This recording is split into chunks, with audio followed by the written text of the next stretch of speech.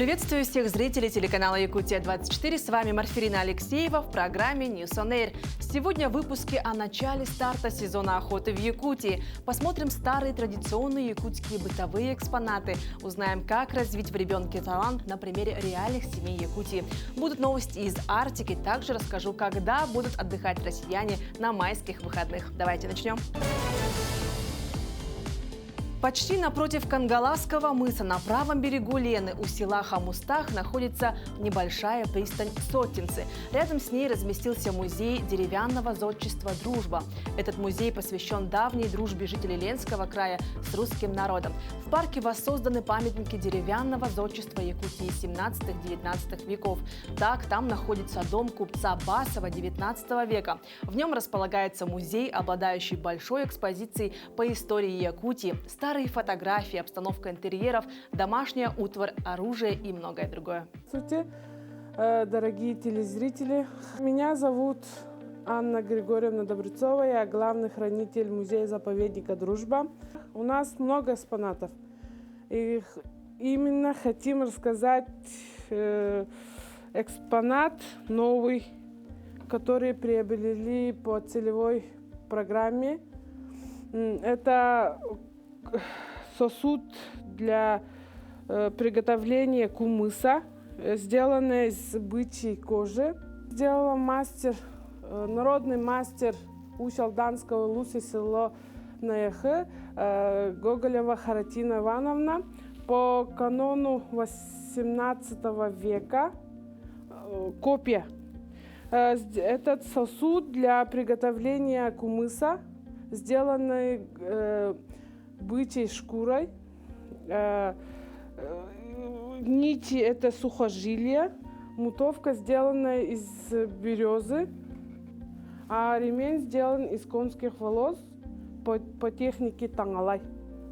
Самый уникальный экспонат в нашем музее. Мы дорожим этим экспонатом и хотим, чтобы вы приезжали, посмотрели. Долгожданный сезон многих якутян. На этой неделе в Якутии стартует весенняя охота с подсадной уткой. Так, с 21 апреля поохотиться с птицей-манком разрешат в Вилюйской группе улусов, а также в Горном, Ленском, Мирнинском и Аймяконском районах. В остальных улусах с 24 апреля. Охота с подсадной уткой в последние годы набирает особую популярность у якутян. Даже появился новый вид деятельности по разведению уток для этих целей. Подсадных птиц продают от 5 до 10 тысяч рублей, а также сдают в аренду. Нерюнгринские школьники Вадим Быков и Данил Зеленский – многочисленные победители всероссийских олимпиад, международных конкурсов. Ребята в свои юные годы создают коммерческие программы, которые активно используются заказчиками. Все родители хотят, чтобы ребенок вырос умным. Какие же правила у семей, способствующих развитию талантов ребенка, узнаем далее. Как бессонница в час ночной играет нелюбимая ой. Данил – старший сын Елены и самый близкий по духу. Мама говорит, что у нее с сыном практически нет секретов, что она во всем ему доверяет. Более того, Елена во многом советуется именно с ним, со своим финансовым директором. Я заведую финансами в семье, а мной заведует сын. То есть всегда мы с ним всегда ездим закупаться. И по поводу покупок всегда он мне советует, что лучше купить, где лучше купить. Он еще совсем маленький был, годика 3, наверное. И номера машин он мне называл цифры, потом их все суммировал. Конечно же, плюс к этому были занятия шахматами, боксом, музыкой. Когда у парня появился интерес к программированию, родители отдали его в информационно-технологический лицей, куда он попал к лучшим педагогам. Начались первые шаги к науке, проектные работы. Потенциальный золотой медалист в будущем видит себя разработчиком-инженером. Сейчас у меня план поступить на Московский физико-технический институт, на факультет Высшей школы инженерии. И если на него не получится, то хочется на математику поступить в ФПМИ. Лицей также подарил Даниилу компаньона Вадима, с которым они создают программы, защищают проекты. У ребят получился не только хороший научный тандем, но и самая настоящая дружба. Одна из наших самых любимых вещей делать – это мы спорим друг с другом на все темы всевозможные. Я был все-таки немного закрытым человеком. если так можно сказать, потому что не находил я с людьми общего языка. А вот Вадим, он во мне немного развил социальные качества, если так можно выразиться. И вот в нем я это очень ценю. Лучший друг Даниила, Вадим, тоже очень интересная и самодостаточная личность. Когда родители в отъезде, он самостоятельно справляется со всеми домашними обязанностями, успевает заниматься проектами и учиться.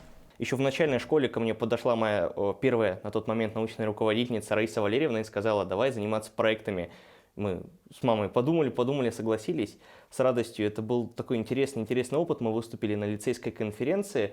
Потом в 5 классе я познакомился с моим научным руководителем, уже на тот момент основным, Михаилом Сергеевичем Жилиным. Это замечательный учитель информатики, который очень-очень много мне дал. Спустя время научным руководителем одаренного мальчика стал Сергей Деминов. И в целом Вадим считает, что все педагоги лицея постоянно поддерживают интерес к науке, помогают в реализации начинаний. Я считаю очень важной поддержку от Малой академии наук и в целом республики, потому что на какое бы мероприятие мы ни собирались, везде мы видим поддержку как финансовую, так и моральную, так и в качестве сопровождения организации. Нам очень сильно помогают. И это очень важно на самом деле, потому что без этого ничего бы не было. Про свою маму Елену Вадим отзывается особенно нежно и с благодарностью. Ради своего сына она ушла с работы и занималась его развитием. Ну а папа – это самый надежный партнер по картингу, лучший друг и пример во всем.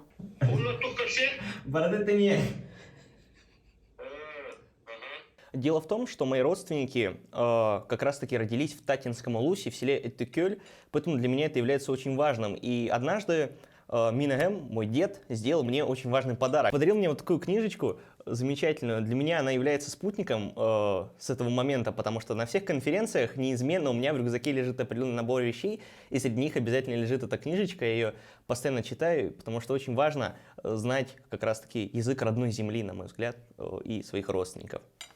Вот такие они ребята из ЭТЛ, всесторонне развитые, коммуникабельные и постоянно чему-то новому обучающиеся. Хочется надеяться, что навыки, которые они получили в родном лицее, обязательно помогут им в будущем в покорении новых открытий и достижений. Тамара Игнатьева, Вадим Барашков, Нерингри. В Москве продукция якутских товаропроизводителей будет постоянно представлена в сети магазинов «Азбука Севера». 80% ассортимента рыбной продукции поставляются из Якутии. Компания работает с поставщиками сельхозпродукции из Чакурдаха, Амгинского улуса, Якутска, а также Красноярска, Мурманска и Сахалина. Здесь представлены более 800 наименований продукции из регионов арктической зоны. На отдельной витрине якутские ножи от мастера Станислава Болицкого. Под брендом «Азбуки Севера» с 2022 года в Москве проводится мероприятие городского масштаба с целью популяризации строганины и арктической кухни. За 3 года проведено более 50 мероприятий строганина-шоу. Очень вкусно, очень качественная продукция, вся здесь. Уже попробовал очень много. Весь ассортимент нужно пробовать. Это как бы вкус он непередаваемый. Мы доставляем продукцию с разных уголков. Естественно, приоритет – это моя родная Якутия. Да? Везем оттуда рыбу, что-то там закупаем, коптим, здесь что-то коптим. Чаи, варенье, дикоросы, ягоды. То есть все, что растет у нас. Сейчас еще работаем с предпринимателями, нашими земляками, которые будут нам под нас что-то делать эксклюзивное и поставлять. Потому что у меня задача максимально якутский товар разместить в нашем магазине. Перспективы и возможности развития северных территорий. Эта тема стала главной во время 4-й министерской встречи по вопросам развития науки в Арктике. Чтобы подвести итоги встречи, в Санкт-Петербурге собрались эксперты из разных стран и регионов нашей страны. Как сегодня идет сотрудничество с иностранными государствами, узнаем в следующем материале. Наука в Заполярье не стоит на месте. За 2 года председательствования России в Арктическом совете удалось провести большую работу по созданию уникальных исследовательских центров в стране, объединить вузы и институты в консорциумы, привлечь иностранных партнеров, воплотить в жизнь и другие амбициозные проекты. Спущена на воду и в строю находится самодвижущая платформа «Северный полюс» и в режиме реального времени направляет данные о том, что происходит в центре арктического региона Северного полюса. У нас создано 4 консорциума по самым различным направлениям взаимодействия. Причем все из них имеют внешние измерения и открыты, и уже взаимодействуют весьма активно с неарктическими государствами. Открыты 2 научно-образовательных центра высокого уровня, мирового уровня в Якутске и в Архангельске. Но, несмотря на все успехи, из-за острого геополитического кризиса в настоящее время деятельность Арктического совета практически заморожена. Правда, развивается более тесное партнерство России с неарктическими странами. Это Латинская Америка, Персидский залив, Китай и Индия. Причем ученые проявляют интерес и к полигонам, которые находятся в Якутском Заполярье. Есть достаточно большой интерес со стороны блока БРИКС, есть интерес со стороны стран Шанхайской организации сотрудничества.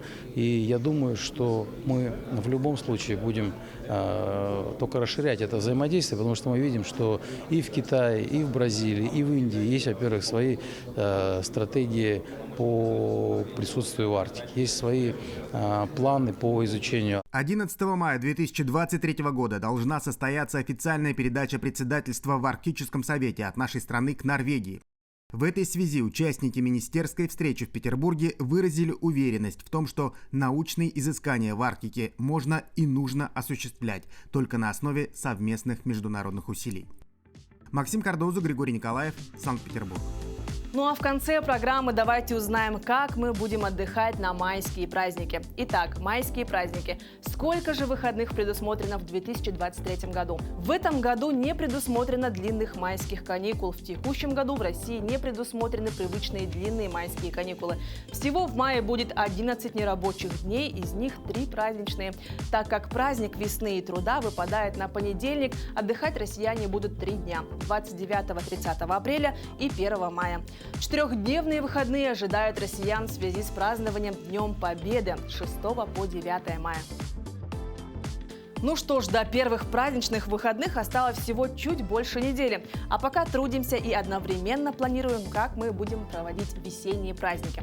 Кстати, синоптики обещают, что к тому времени в Якутске будет до плюс 10 градусов. Ну на этом я с вами прощаюсь. Смотрите News on Air по будням в 11 и 17 часов. Встретимся в эфире.